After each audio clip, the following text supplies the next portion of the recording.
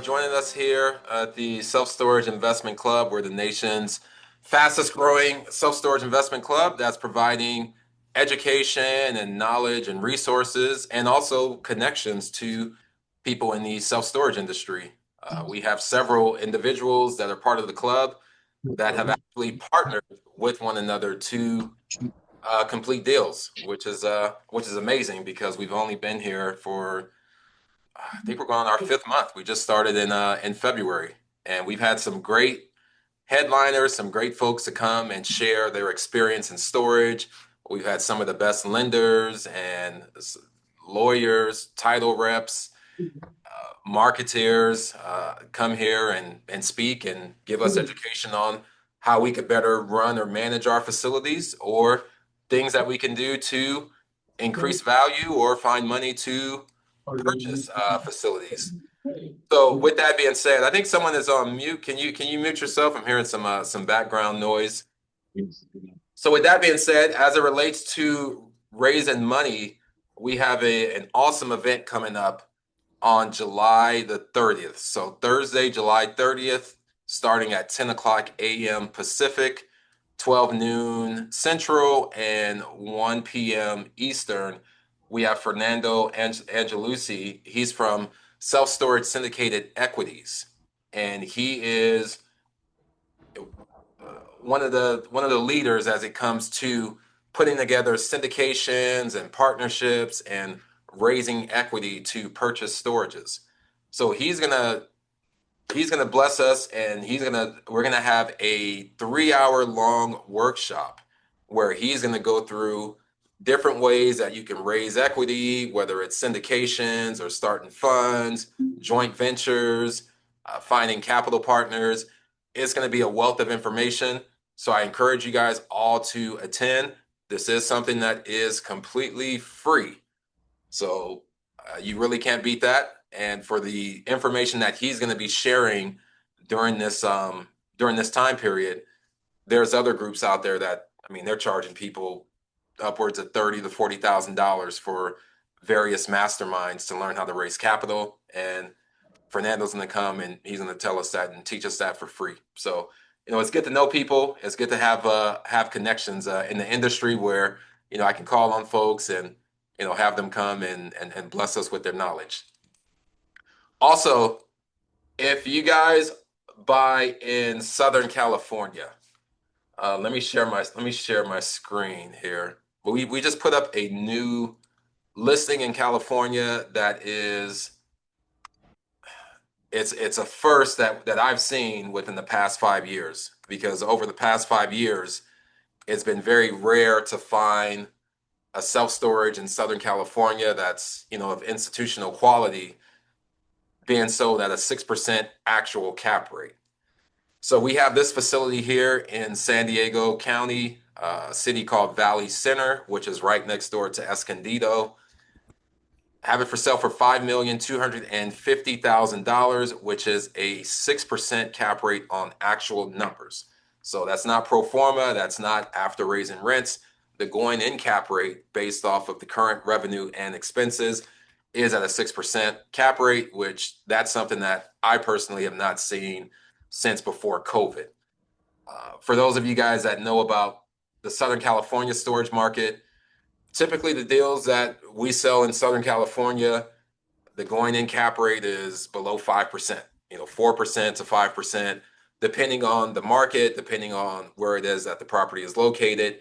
And then you have to, raise some rents or add tenant insurance, do something to increase the revenue. So to find a deal at a 6% cap rate in SoCal is amazing. If you guys are interested in that, you can send me an email. I'll send you over the confidentiality agreement and send you all the numbers. The offer due date is August the 10th. So Monday, August 10th is going to be our offer due date on that one. And I would highly encourage you guys to take a look at it. Now, without further ado, we have the pleasure of being joined today by Mrs. Lauren Feeney. And Lauren, I appreciate you for coming here. I know you got a lot of stuff going on. on. You got acquisitions, you got kids, you got all type of things going on. So let me tell you guys a little bit about Lauren.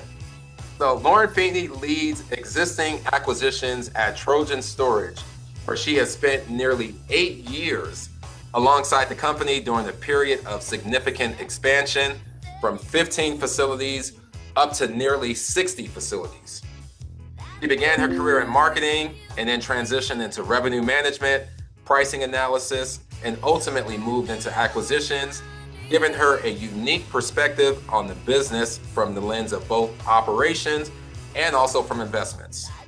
Today, focuses on sourcing, underwriting, and executing self-storage deals across many of the nation's most competitive markets, with an emphasis on value-add opportunities, which she will talk about some of those value-add opportunities today.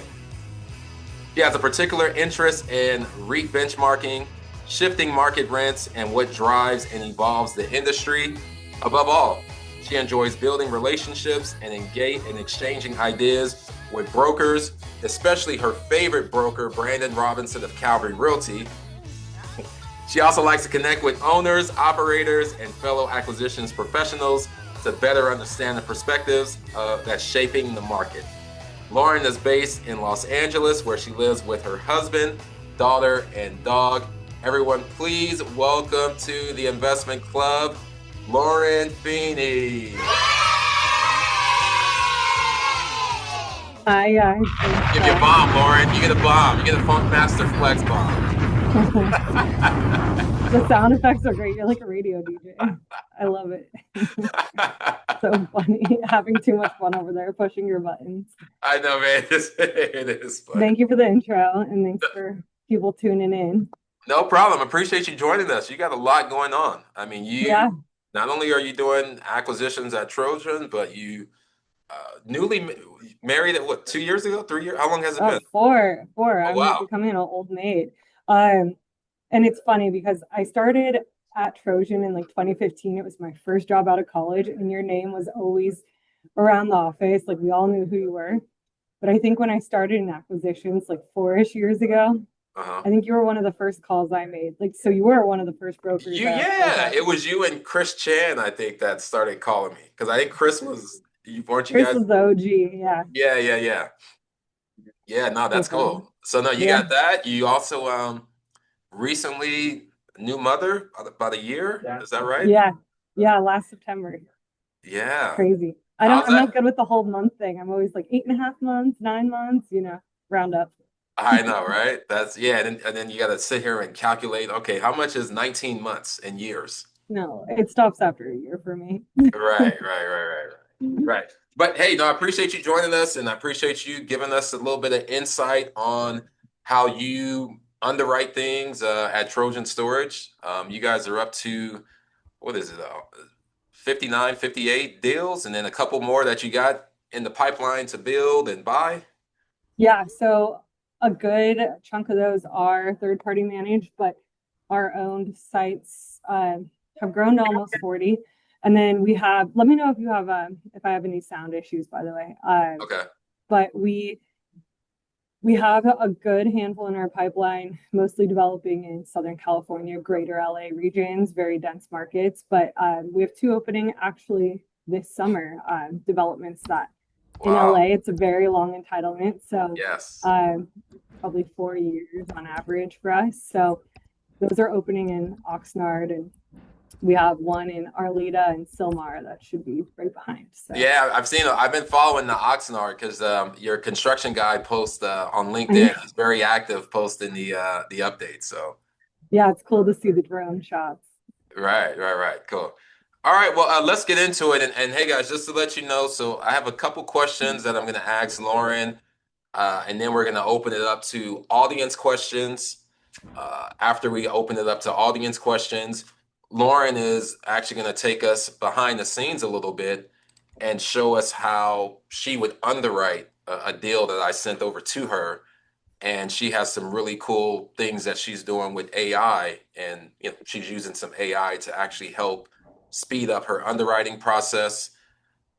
Then from there, we'll take some more Q&A, and then then you guys can take this knowledge and go find some deals, and then call me when you need somebody to represent you. I'd be happy to do so. All right, let's get into this, Lauren. So first question, and I know you get a bunch of deals because you obviously are on my radar, you're on my email blast, but then all of the other brokers are sending you a bunch of deals as well. So it probably is not uncommon for you to receive 30 or 40 deals a day from all the different brokers sending you stuff. So when a new self-storage opportunity lands in your inbox or on your desk, like what are the first things that you review to decide, is this worth my time, or do I just trash this and move on to something else? Yeah, it's a question that's evolved a lot over time. So I would say when I first started out, we had a really hard time, really sorry, we have a lot of people in our office today. We had a really, I was fine tuning our acquisition strategy. So I would look at a lot of different deals and basically thinking every single one was the next needle in a haystack. Oh, And so I would underwrite everything. It would take a lot of my time. This is before AI, so I was putting everything into a model. right, And then as time went on and we fine-tuned our acquisition strategy, I can tell pretty quickly if a deal is going to pencil for us or if it's in a market that we would actually buy into. But I would say if it passes the gut check of population, obviously I won't dive into this too much because everyone's talking about supply and storage supply and how easy it is to build into a market. right. But when I do find a deal that works for me right now, I'm spending more time looking through the reports than I ever have. And there's a multitude of reasons for that. A lot of it is because there's so much uncertainty about market rent right now. Occupancy, even in core markets, is soft. Yes. Demand in core markets is soft. And we'll dig into that a little more too. But I've created more analyses that I've been running to really understand absorption rate. And that's kind of like the phase two of when I look at a deal. But when I first look at a deal and it passes like the population needs, for people first starting out, I think the most important thing you can do is really drill down what markets you're going to be the expert in. Is Yeah. it the tertiary markets? Yep. Is it secondary or is it a hybrid? And figure out how you want to spend your time because if you don't have the answer to that, you're going to be underwriting everything and it's a bad use of your time. But one of the most important things I do is I look on Google Maps. I get to know the area. If I can get in my car and drive the neighborhood, I will. That's incredibly important.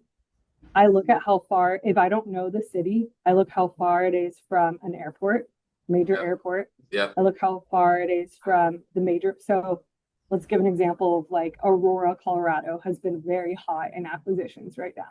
Yep. How far is that from Denver? What is the reputation? What are the top jobs there? What kind of household income? So like getting a really big idea of like the story behind the market. And then I'll do more of that once we're actually interested in it. But I look at the street view, I look at the vehicles, and take a very quick glance at like trended market rents. And then if that kind of looks interesting to me at that point, then I'll layer on my phase two. And after phase two is when I decide whether I'm going to go knock on Brett's door about it or not. Right. No, that's what you said actually is very important in that you're analyzing the market first before you even get to the deal. Yeah. And I've actually made this mistake, which at some point maybe I'll share it with you guys next week or the week after. I'll share with you guys. Hey Darren, can you go on mute? I think we're hearing some background from you. I made the mistake of falling in love with a deal that, okay, it's really good structure where, oh, the seller's offering all these credits and seller financing and it's great, but the surrounding market sucked. And because of that, the deal sucked. And then I had another deal where I bought where, okay, the deal wasn't that great. It was a little ugly, but it was in a great market right next door to a middle school, and that deal stays full. So I yeah, so I see how you do. You analyze the market first before you even get to the numbers, and any of the reports. Question for you: is there certain like software or websites that you use? Like, do you use StoreTrack or Radius Plus or anything like that to analyze a market beforehand? Yeah, so I use a bit of everything at this point. My process, I love Radius. We've used that for years. I love Tracked IQ. Yep. We've used that for a very long time. I actually have been doing a lot more research, and then I plug in sources to chat GPT, and I kind of say like, feed me a narrative of this market based on someone that wants to buy a house here or invest in real estate here, Yeah. and paint a picture for me, because that's basically my pitch when I go to Brett. If it's a city he hasn't heard of, I have to paint that picture for him. Right. Why is this interesting? What's the average age? Um, but I'll tell you, we're in contract on a deal right now that I can't talk about, but um, we use new supply is so topical. But I used a combination of Radius and Tracked IQ to see what kind of incoming supply. That to me is one of the most important factors right now. Not only do I look at every single potential building in every life cycle stage, whether it's permitted, planned, under construction, I get all of the building plans that I can find in the city within 5 miles and hyper focused on 3 miles. Yeah. And then the biggest key here is calling the city, whether it's the city that the property's in or like the surrounding jurisdiction, because with that deal, there was 100,000 net rentable square foot project that was coming in 0.5 miles away that I didn't catch on either of those Oh, systems, which wow. are Yeah. usually really good. But Yep. that like, we were already at the LOI stage at that point, and I called the city, which caveat, sometimes they're hard to get a hold of, but Yep. they shared everything with me on the deal. I just said, hey, I'm an owner that's entering this market. I need to know what's coming in. And they sent me the plans. And so I think it's very important to take that extra step and actually call the city if you're offering on a site, because depending on the market, 100,000 net rentable can make or break your deal if you're in lease up at the same time. Yeah. No, you're right. You're absolutely right. So with that, if you find out about that, my next question is, what are the biggest red flags that will cause you to immediately walk from a deal, even before you get to doing a deep dive into the numbers? Yeah. The first things that pop out are when I first started in acquisitions, and Brett was kind of training me from the operations brain into the uh, acquisition side. One of the first things he said to me that always stuck with me is, and I like to think of myself as a tough person that doesn't, I like to think that I'm invincible. But he's like, if it was 7 p.m. and it's dark out, would you feel comfortable renting a unit here? Right. And that's one of our, as a woman, too, which Yeah. is 60 to 70% of our renter base is women, the ones that actually reserve the unit online. Would you feel comfortable going to rent a unit here? Which is such an important caveat, because a lot of the time zoning for storage where existing is, I mean, it's typically by freeways and like Yep. seedier areas. If it's off the beaten path, are you going to feel safe getting out of your car and loading up your drive up unit? So that's a huge gut check for me. Understanding crime. We flew Yeah. to uh, we flew to Philly like 3 years ago. Unbelievable deal. Everything penciled. The land was like $1 million, and uh, we could build a monster site there. But the Right. second Brett and I got there, he's like, let's not even get out of the car. Like, I've learned everything I need to. There's a reason this land is so cheap. And so it's important to get boots on the ground and like really Yeah. drive the market. We don't just drive by the site, we drive all around the market. Yeah. We see what the local grocery stores look like. I go on Google Maps and look at the homes. I go on Zillow and look at the homes. Yeah. So that's one of the biggest things is crime and neighborhood status, and then safety. And then Yeah. one of the biggest things I've been doing is on Tracked IQ. And I think you can do this on Radius too, but I pull the facility years within 3 and 5 miles, and I see how many of them were how many self-storage facilities were built in the last 5 years and 10 years. Okay. And that helps me really gauge what kind of new supplies come in. And then I'll take that list of all of the years and I'll trend it on a line chart and I'll look at market rents congruently to see what the absorption rate is. So if there were 5 facilities that came in 2020, were the market rents fundamentally softened and they never bounced back? Right. It's a bad example because we also had a pandemic that year. Yep. But what are the factors that's driving the softness in the market rents? And so I'll use that as a gut check because now more than ever, it's just so hard to figure out what's going on with market rents. But knowing how the market's actually taking on new supply and if it's fundamentally ruining the demand in that market, you don't want to be the next buyer there in that case. So that's something I've been doing. I got you. All right. So if you see an area and you wouldn't go to you wouldn't go to the area or visit the facility at night if there's an issue with crime, if there's supply, or if you look at the homes and it just doesn't meet your criteria, that's an immediate nope, pass, and let's move on to the next one. Yeah, and I mean, like, there's caveats, right? Like, if it's Jersey Right. City or if it's core LA, there's going to be a good handful of new sites. It's more of like secondary markets. I think it's more important to look at, okay, if 25% of the facilities in a 3 mile were built since 2018, that's concerning to me because it's Yeah. most likely REIT managed. They're usually Class A multi-story climate. That's going to be your competition. And it's hard to operate for us against a REIT and do a better job when they have so many data capabilities. So I like to look at what percentage of buildings has been built in the last 5 to 10 years, just as a operations gut check. That's smart. Smart. Now, before you make an offer, are there any questions that you like to ask the seller, or maybe if it's a deal a broker brings to you? Uh, is there, is there some answers that you like to get from the owner to kind of understand the property before you submit a LOI?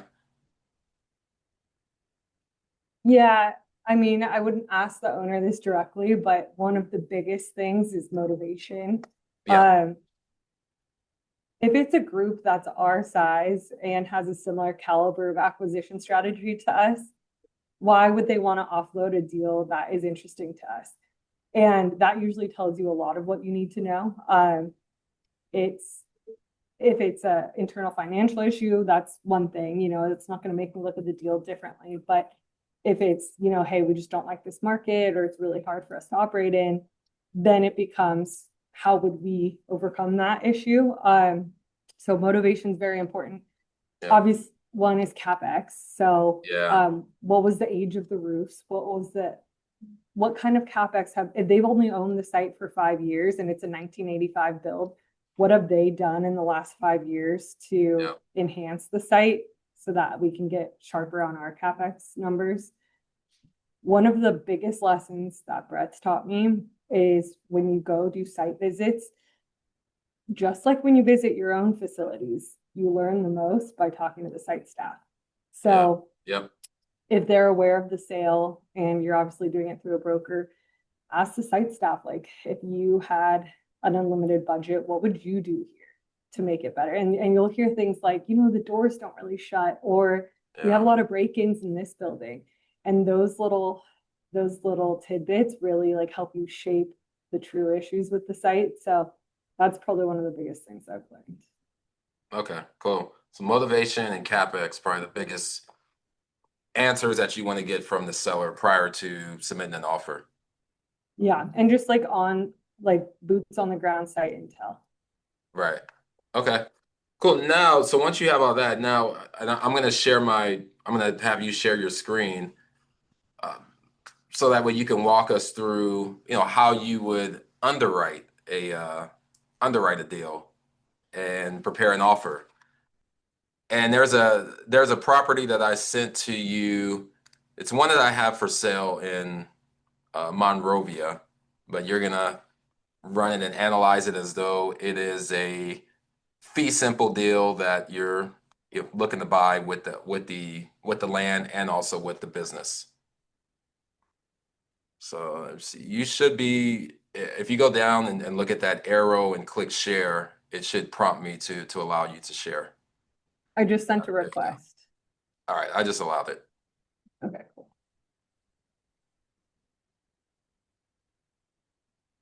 Yeah, I know a lot of people have been telling me that they've been doing some more stuff with AI to help them like quickly come up with a quick valuation.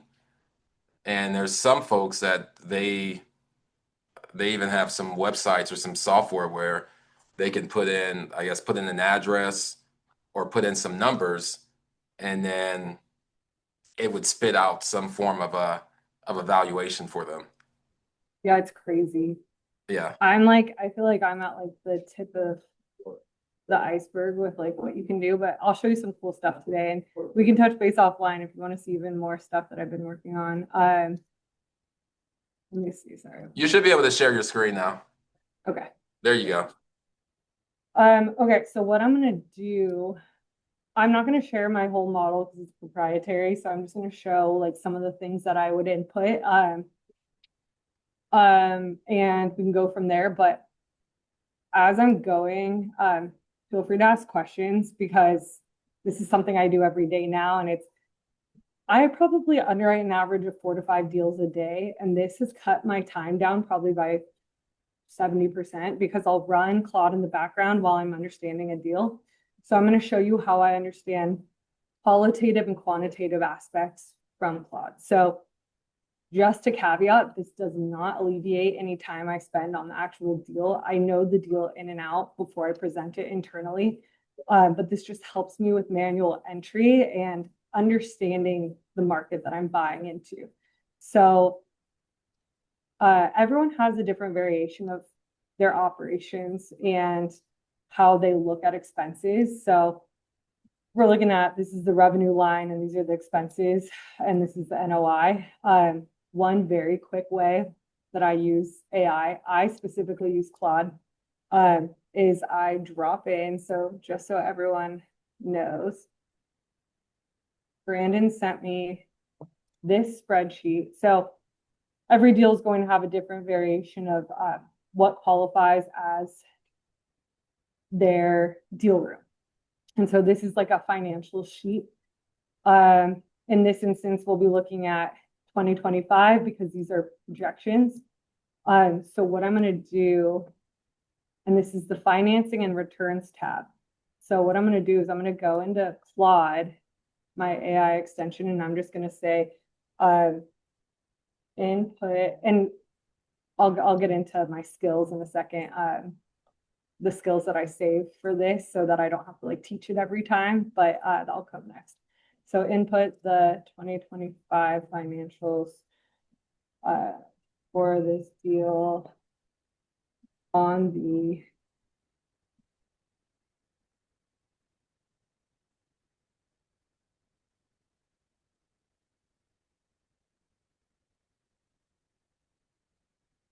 so I'm just going to drop my spreadsheet in here. And a caveat, this took me probably 2 or 3 weeks to actually set up. And I'm going to show you very like, we can touch base offline if you guys have more questions, but I wrote this entire skill to teach my AI how I look at deals. So it's going to be a little different for everyone. But an example is payroll. There's so many, like we call it payroll. That's our line item. There's so many things that roll up to payroll that are different for every expense spreadsheet that we look at, right? So it might be like healthcare costs, salaries, bonuses, hourly wages. So I've created a process that feeds all of those line items into payroll. So I've basically taught it over time what goes into each of these buckets. So we won't get into that, but this is like the That's really good. That's really good. So you're not manually inputting, you're just dropping in your wow. Okay. And there's so many safeguards where the numbers aren't going to be wrong. I always gut check as you should, but there's so many safeguards and I'll show you. So I dropped in the spreadsheet you gave me. That's a podcast for another day going through that. But Yeah. And as it's loading, we'll go over something else. There we go. Okay, so it has my spreadsheet. So now it's going to fill out all of my expenses based on what I've plotted over time. Because it's saving me the process of having to do all those manual calculations. And to be honest, it's more accurate because all I need is one number to be wrong or one extra digit. So while that's loading, it's loading, but I'll show you. So then typically while that's filling out, which can take like 5 to 10 minutes, what I'll do is I'll go on to a different version of Claude and I'll upload the deal. And this is my prompt, but everyone will have something different based on their needs.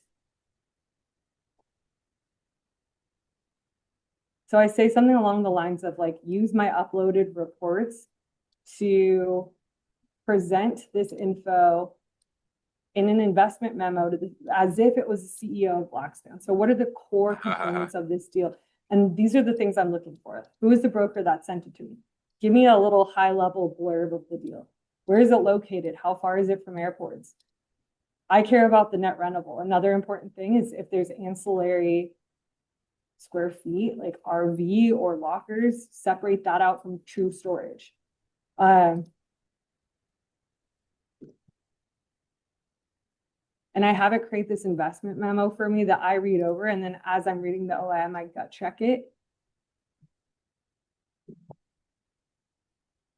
So I need to improve my Claude skills. I did. It's the one time I'm having issues. Yeah, I mean, it would just save you a lot of time. Right. Of course, Lauren, it would give you issues when you're doing a live demo. That's what it's like our kids. Happened. No, it's like our kids. Like me having to walk 19 flights of stairs today. Right. So this is cool. So after I prompt all of this, so like I have my own little like flair that I say not too wordy because AI. By the way, like I said, this is no way replacing what I do every day, but once I upload everything, this is super interesting. It immediately tells me land lease alert. And on this deal, there's a land lease, which is something that's super important for us because we like to own the property. So it calls that out immediately. And then in 10 minutes or less, this is what it populates.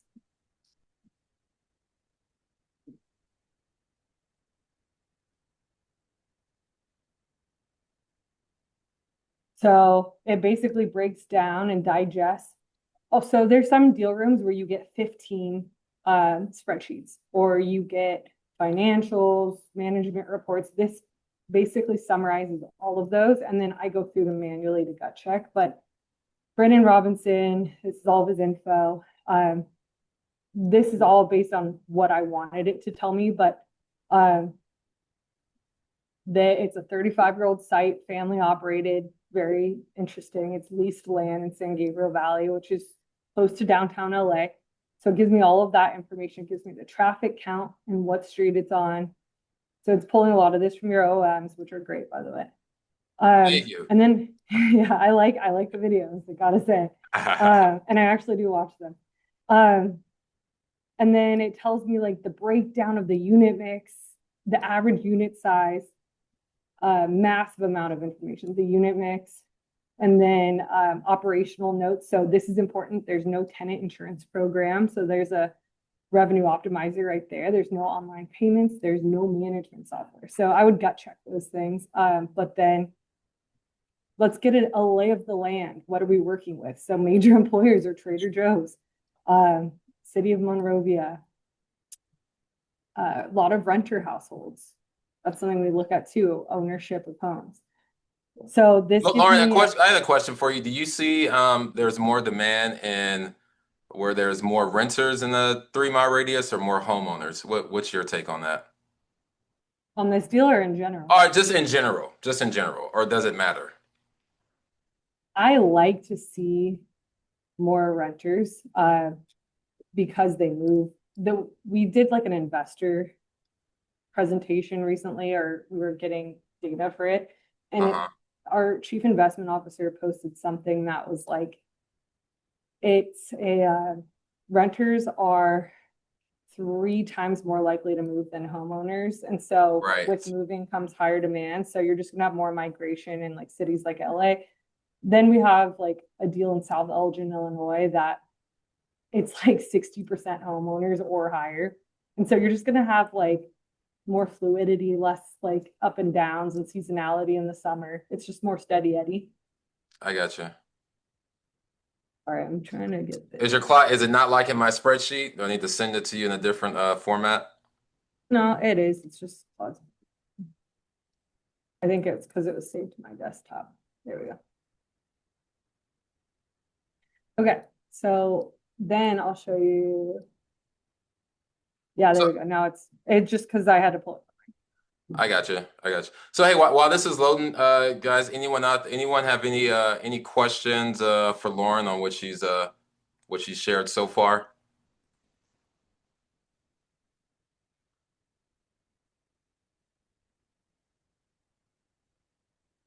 I mean, Lauren, I actually want a private consulting session to figure out how you are putting all this together because I do use Claude and Chat GPT, but I don't use it to this. I need to step up my game. I'll show you this and you're gonna be very impressed. But do you use Tracked IQ by chance? I use Store Track, which is Okay. same kind of the same. But yeah, I've been with Store Track since like 2016. So I've just kind of I got a little bit of loyalty. Yeah, I get that. Well, see if they have a Claude API because that's huge. So this is so like I said earlier, one of the biggest things that we've been spending more time on than ever before is market rents. And so this is finally working in the background. Okay. But I'll show you, I did this ahead of time. So I put in the OM and the model that you sent me. And I said, use this address to pull rates from Tracked IQ. So it automatically APIs into Tracked IQ. This isn't, Oh, it's wow. so crazy. This is the Wow. best part. I could play around with this for hours. Um, so this, I said, this is before I separated out the RV, but let's placate for a second and say, so this facility had a large average unit size of 230, which isn't the case when you take out RV. But please look at 10 by 20 drive up units, 10 by 15 drive up units, and 10 by 10 so I can see trended. Then I said climate control doesn't hold any significance here. All we care about is drive up. So only focus on that, create a dashboard. Yeah. Check this out. So this did this in Ah. 5 minutes. Huh. And if I was taking it, like I know Monrovia is a really good market, but if Right. I didn't know anything about it, I would want to see since the dawn of time of the data you sent me, which you sent me a few years worth of data, Right. I can gut check it compared to Tracked IQ, which pulls data to 2023. And let's look at 10 by 10 drive ups in this market. So we can toggle between a 3 mile and a 5 mile. Wow. So I Wow. click the 3 mile and it tells me what the most recent street rate is, what the web rate is. So for those that don't know, web rate is what's on the website, and street rate is typically what the cross out price is on the website. So it's taking the average of those for every facility in a 3 mile. And then this is trended over time. So the yellow line is going to be the street rate and the green line is web rate. So you can see there's not a ton of seasonality in this market. And it's actually, if you drew a line right here, it's actually improving over time. So this is a good market. Yeah. Um, and most recently, you're seeing an average street rate of 263, which is really, really good. Right. And this facility is not achieving that. So that's shows immediate upside. So that's a little bit of my process. And then I also pulled RV parking because that was a huge component of this deal too. Yeah.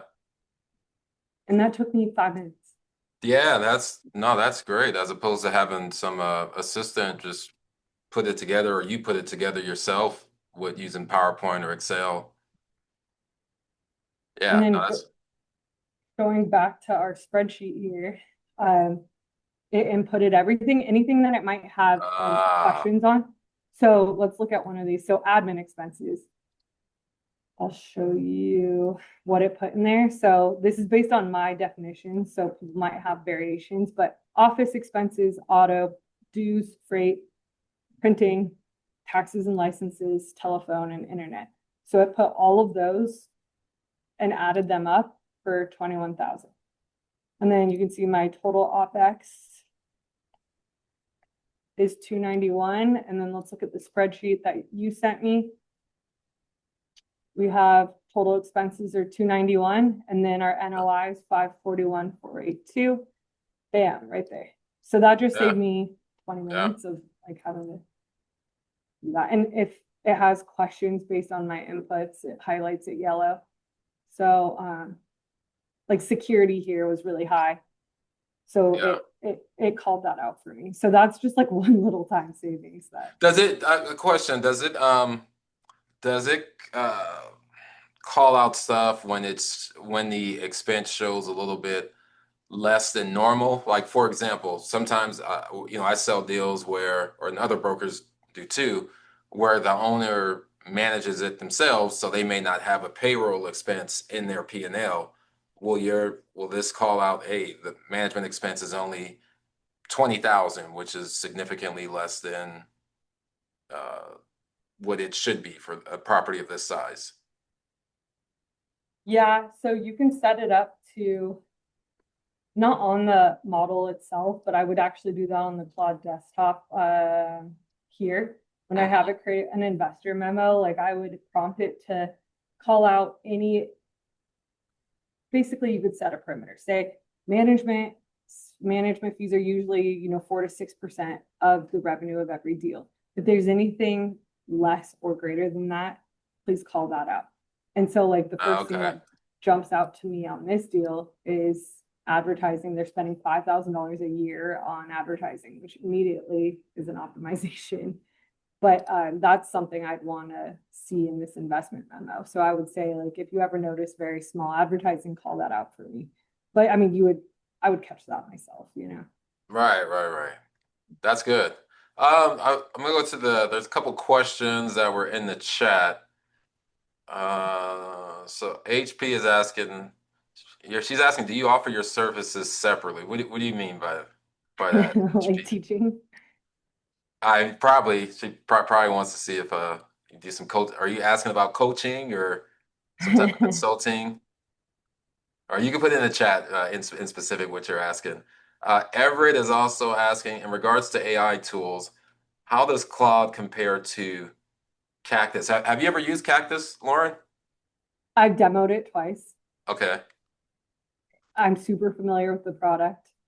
We weren't at a Cactus is a great product. It's basically we like to use our own model and we like to use our own process. Cactus basically will like take it. I basically built Cactus for our own model without paying the Cactus prices. I got you. Okay. But Okay. yeah, so it does very Okay. similar things, but we still like a lot of manual entry as far as like how we expect to grow the site rather than Right. like parameters. But for people that are just starting out and they're a one-man team and they have the resources, Cactus is it's very similar. It's pretty much what I'm doing. Okay, I got you. But it's just by you using Claude and ChatGPT, you're doing it at a fraction of the cost of Cactus. Yeah. I pay Okay. $20 a month. So it's like very Right. efficient. Right, right. Okay. And by me, I mean Brett. Right, exactly. Got you. All right. Tommy is asking that he normally looks for 70 to 30 to 60/40 of homeowners versus renters. His thinking is that the homeowners give you a more stable customer base, even though the renters give you a constant churn of new customers. Is this what you normally look for, or some other ratios? Candidly, we actually don't have like it's something that's interesting that we always call out. But it's not going to make or break a deal. I think he has a good point that there probably is more stability with homeowners. But the thing is, people are going to be moving less when you have, especially in today's world where interest rates are what they are, like people are stuck in their homes. And Yeah. so in my opinion, like my friends in apartments, they move every 2 years, Yep. and so you're Yep. going to have a need, whether it's temporary.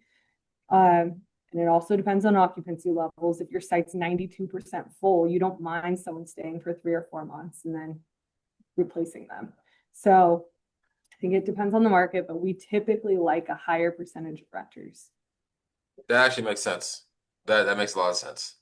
Because with on homeowners, typically, I think the average person is staying in a home usually around 7 years versus, like you said, with renters, 2 to 3 years they're moving. One thing I will say to Everett's point is that we've been taking a huge focus on average home size. So in Okay. the city of LA, with all of this new multifamily construction going in, the average home size has dropped. Like this was on KB Holmes's earnings call too.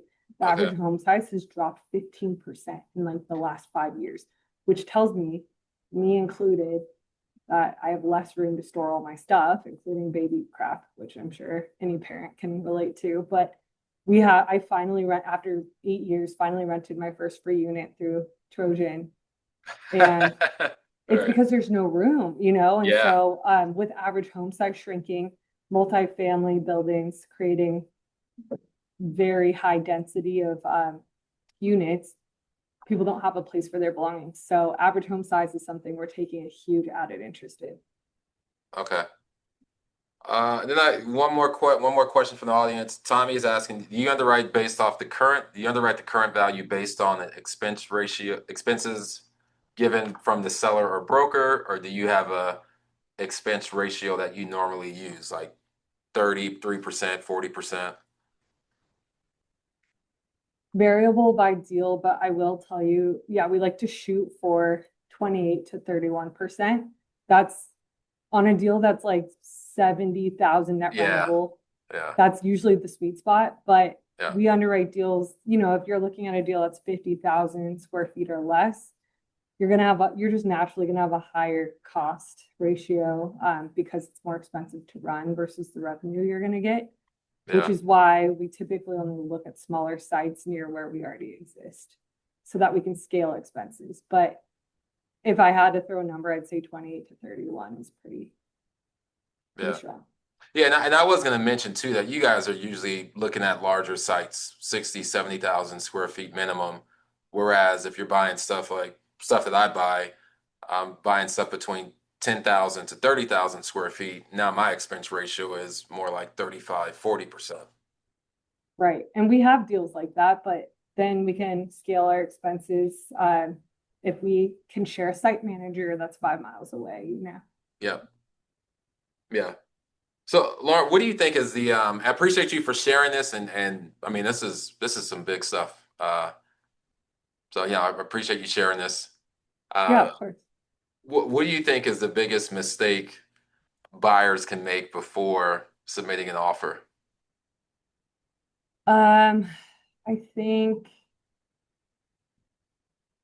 I think not one, like I touched on this a little bit, but not knowing the motivation of the seller, I think is really important. Like they could have something fundamentally wrong with the site that they might not share during a sale, but I think that's a big one. I think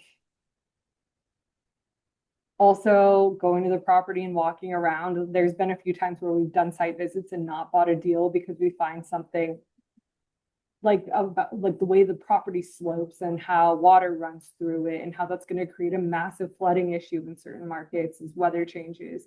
Um, Also use the broker. I feel like people don't pick up the phone and call brokers, and for the most part, brokers make the effort to go to the site to learn the deal, to get to know the owner. If it's a market that you're not familiar in and you don't have the capability of like spending a lot of time in that market, call the broker and just say like, hey, person to person, you grew up here. What is the reputation of this area? Like, what do you think about this? Like, what do people do here? Who would my customers be? Because no one knows their city like that person. I even call, like, we've looked at Texas. We haven't bought there and offered, but I call friends that live in cities and say, what's the reputation here? get to know the quantitative or qualitative side of like where you're buying, because that's you'll even if they don't know the storage industry, they'll be able to shed so much light on like what the truth is behind that market. Like, oh, people don't drive there after 6 p.m. because it's a little shady. So getting to know the market from like a very like 360-degree view, whether that's through friends, brokers, or people that grew up there. Yeah. If you can't drive to, like when we bought our Inglewood, California land, I went to that site probably 12 times. And I drove in my car, I got out of my car, I walked up and down the street, and I learned a lot about the site through that process. So I think that really helps. Yeah. No, that's smart. One thing I would say, this is a mistake I made on my worst deal, is Please share. oh man, I'd I'm gonna have to share with you guys details like to at hear some it. point, man. Yeah, but my mistake was falling in love with the deal structure and ignoring the surrounding area. So I bought and this was one of our first deals that we bought when we were testing out the out of state remote managed model. You know, we bought a deal from a seller, and then it was a good deal. And he had another one that he wanted to sell, and he was basically just giving it away to us. You know, hey, just give me $5,000, and then we could do a lease option and Something's blah. not right. Something's not right. I mean, I was like, wow, okay, I could buy this thing for just putting up $5,000, and it's you're far less below replacement costs, and it actually decent looking structure. It looked better than the one that we bought from him that was producing revenue. But yeah, it's not. I found out real quick. It's not about how good a deal looks. It's about the area, because you can have a nice looking property in the middle of nowhere, and it's going to be very hard to get people to drive 10 miles, 15 miles to go to this site versus them having an ugly, busted up looking storage that's right across the street. They're more likely to go to the ugly one across the street. So, So how'd that turn out for you? What'd you oh do? man. We all live and learn. We all have those deals. Oh, we're still in it, and we're still figuring out. Okay, are we gonna because we bought it on a lease option, right? Okay, yeah, When we that's bought good. it, the place was it was nobody was in it except for the owner had a unit, and then there were four other tenants. Only one of them was paying rent. The other ones we had to kick out. Um, but yeah, we have to see if we're actually gonna execute this option to buy it, or just say, you know what, take this It's thing been back. fun. Yeah. Yes, yes. The only thing that's made it that the only reason why it's actually worked is because the other one we bought from him, that makes enough money to cover itself, cover that, put cash in our pocket. So it's being supported by another. This is our welfare our welfare unit has been supported by You got to take risks. us. People aren't Yeah, successful if they don't take risks. yeah. Yeah. So I would say, guys, if you're gonna buy a deal, it's better to buy something ugly that needs work and needs capex in a great market that has a lot of drive-by traffic and a lot of other businesses that actually draw people into that area. Because as much as we talk about Google and SEO, the best way to get people to find out about and rent from your storage is by them to just drive by it and see it every single day. Um, I agree with that. yeah. Like you don't want to Anyway, buy the worst. You don't want to buy the best house no, in a man. neighborhood. Yeah. No. No, buy the ugliest house in Malibu, or something like that. Sure, why not? Um, so this is my last question, and then I'll open it up to some more audience questions. What are some, because you guys specifically look for value add, ways where, hey, the current owner is not optimizing this property, whether it's tenant insurance, whatever. What are some value add components that you look for in the deal? Yeah, I mean, three of the biggest call outs are, yeah, what is their tenant insurance? What is their like revenue management system? One of my favorite reports is the aged report. So on like the management summary, it says when was the last time people got rent increases and how Yeah. often. That's a huge thing. I also love looking at extra space deals because it shows how frequently and how hard they hit with ECRIs. There's like a whole section on their revenue. So you can get an idea if there's still meat on the bone there for ECRIs, and if there's still value to be added on a REIT managed site. I think another thing is if there is space on the property like this one in Monrovia, there's so much space. See what you can do to get things approved, whether it's portable container Yeah. storage, which Yeah. is so cheap. We penciled that at $40 a foot through Janice. And then make sure it's like it's a conforming use if you're going to be able to add more storage and you want to develop it ground up. But portable containers in the markets that it's allowed have done wonders for us on like making the most out of our land. A lot of people are seeing value in like the solar panel covered RV spaces. We haven't dipped into that, but I've toured a site that had that and people love that. Car chargers I've seen, like Tesla chargers, which is Wow. kind of interesting, especially in San Bernardino, actually. Yeah, I've been seeing that. I've been seeing it a lot. Just as I'm Yeah, driving around from my office, there's a lot more of those stations. you put it on your site because they're usually right off freeways, you know. Do you guys have one at your site over here in Colton? No, we should. If we had space for it, that would be a great idea. Yeah, I On your got you. way to Vegas, stop and charge up. Yeah, yeah, yeah. All right. Chris has a question. Chris Berg has a question. You know what? Since Chris is asking the question, let me also share with you guys something. So Chris, him and his group, they launched a website a couple of months ago. It's called the Self Storage Demand Score.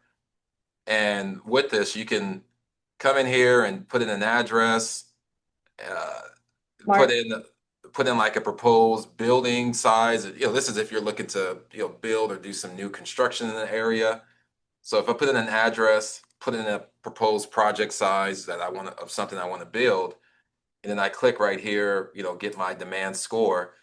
This will actually give you some type of score as far as the feasibility of building in that market, or building 100,000 square feet in that market. So, one or less would be very weak. 1.1 to 2.9 would be kind of moderate, like, okay, yeah, there's some potential here.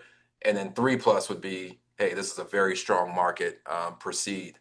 And he's also pulling information from Tract IQ as well. And it's storagedemandscore.com. It's a free resource, and again, I mean, it's free. You can't beat that. So I would I highly encourage you guys to utilize that.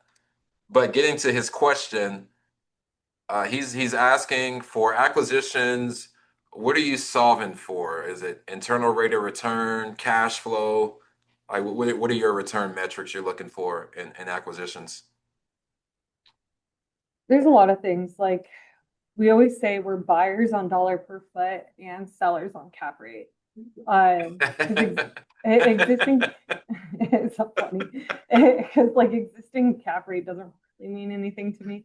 Um, but we have a pretty high rate of return, which is why we only buy in really core markets. Like we like 15 to 20%, if I'm being honest, which makes it very hard to compete on some deals. And it means that some years we might only get 1 to 3 deals done, but we know that every single one of those deals is a home run. So 15 to 20%. And then development's probably gonna be closer to 20. No, I got you. Okay. Yeah. Crazy. It's hard to come by these Yeah, no, days. I mean that's really because I know the markets that you guys buy in. You're in Yeah. West Coast. You got some in the Midwest, but mainly West Coast and Northeast, which are very, Yeah. I mean, those are very high end markets. So for you to be at 15 to 20%, you're not buying a couple deals a quarter. Yeah. Um, we like I have a very good understanding of the dollar per foot I would pay for a facility in every single market that we buy. And then that's like a good guidance for me. Yeah, gotcha. Okay. And then let's see. Tommy, he's asking, are you looking 15 to 20% cash on cash return from the start or by? So when you say 15 to 20%, is that cash on cash, Lauren, or is that your internal rate of return? What are you? It's our internal rate. Okay. All right. Are you looking at cash on cash at all or not so much? Yeah, it depends. Like it depends on like our lending situation. We always buy our deals in cash and then get lending on the back end if we need to. Uh, but yeah, our investor total rate of return is usually like 15 to 20%. And then cash on cash, we probably have a little more flexibility. Right. Okay. Gotcha. All right. Well, man, Lauren, it's been great. I appreciate you for coming. Appreciate you joining us. Is there any last words that you want to leave anyone with? Like if there's one thing that they should remember from this webinar, what should that be? Yeah, well, also thanks for having me. I always appreciate catching up with you. But I think, listen, I think we're all guilty of sometimes hitting a wall with deal fatigue, whether, we're moving too quick through deals or going through multiple deals at once. And I think it's really important to remember to look at every single deal that's interesting to you as a puzzle because there may be income or unit mix optimization or something you're missing because you're not looking at it right. And I'm guilty because I move fast sometimes, but to slow down and just kind of look at it as like this puzzle you're trying to figure out of like how you, if you're so close to your return threshold, what could you do to look at it through a creative lens and like knock it out of the park? And that's worked for us on a few deals. And eventually that comes with time and you can do it quicker. But that's how we expanded our Inglewood land was me basically knocking on the neighbor's door asking if we could buy their land. So there's always ways of getting creative and making a deal more lucrative. And so don't hit deal fatigue, even though it's easy to do. Right. Okay. And Lauren, if someone has a deal that they want to send to you to analyze, do you want to put your information in the chat or do you want me to put your info in the chat or do you get hit up enough from us brokers? Like what do you? Don't LinkedIn message me because I won't respond, but you can add my email. My best email is just lauren@trojanstorage.com. All right, Lauren. I'll put this in the chat. So if you guys, Lauren@trojanstorage.com, and you guys are typically buying at looking for what 60,000 square feet plus in California, Washington, Oregon, Arizona, Yeah, Jersey. Mountain West, everything West Coast, everything Mountain West regions, even Nevada, and then everything on the East Coast. And then we'd look at some major MSAs in the Midwest, but we're a little pickier there. And nothing in the South, really. That's good. Stay out the south. I'm in the south. You guys can stay. All you. I'm not going to touch something I don't know for sure. All right, got you. Cool. Well, I appreciate it, Lauren. I'm going to be respectful of your time. Thank you again for coming out. I gotta have you back. I I'm thinking I gotta have you back to give us some you might have to do a master class on. Quad. I'm serious. I'm not. We might have to do a master class, and we might have to. Maybe we can all chip in and give you $20 to make it worth. It's very kind. A side gig. Right? I'm We could all happy. yeah we could all chip in, make it worth your while. But Love it. that's no. But anyway, appreciate you for joining us, and again, we will have you back. Thanks for having me. Bye, guys. Thank All right, you. bye. Take care. Thank you. And hey, guys, those of you guys that are still on, I want to remind you again of our event that we're having on July the 30th. That's going to be Thursday, July 30th. We're going to start at 10 o'clock a.m., and that's West Coast time. And it will also be, what is that, 12 p.m. Central, 1 p.m. Eastern. This is our capital raising workshop. This is going to be a 3-hour workshop where we have Fernando Angelucci of Self Storage Syndicated Equities. given us a wealth of knowledge that he has in terms of syndicating deals, raising money, uh, structuring joint ventures and partnerships. He has experience in putting together over 55 storage acquisitions across 26 states. He's also had some portfolio exits as well. So that's going to be a very good event. And again, it is free.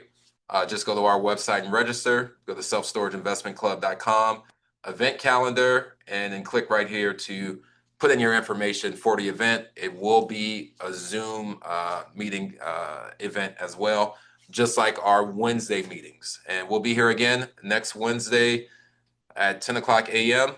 If you guys have any questions, I will stay on for about the next 10 to 20 minutes if you guys want to talk deals or you have any questions. Also, be sure to join our YouTube channel. We do have a YouTube channel where we post all of our, well, we just started it, and we're beginning to post all of our previous videos from some of the folks that were on the club in the past. So be sure to subscribe, like, and tune in there to see any of the previous video recordings. So with that being said, thank you guys for being here, and I'll see you next week.